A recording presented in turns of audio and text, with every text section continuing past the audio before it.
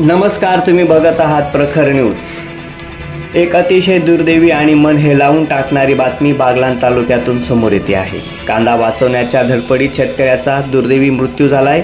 बागलाण तालुक्यातील बिजोटे येथील अल्पभूधारक शेतकरी बापू सकाराम जाधव यांचा वादळी वाऱ्यात झाडाची फांदी अंगावर कोसळून जागीच मृत्यू झालाय।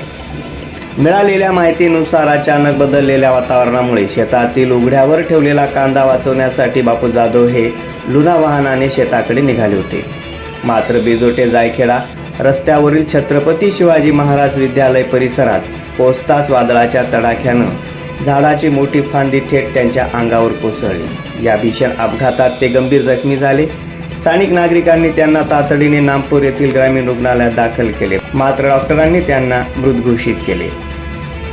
कांदा वाचवण्यासाठी जीवाची पर्वा न करता धावलेल्या शेतकऱ्याचा दुर्दैवी अंत झाल्यानं परिसरात हळहळ व्यक्त होत आहे।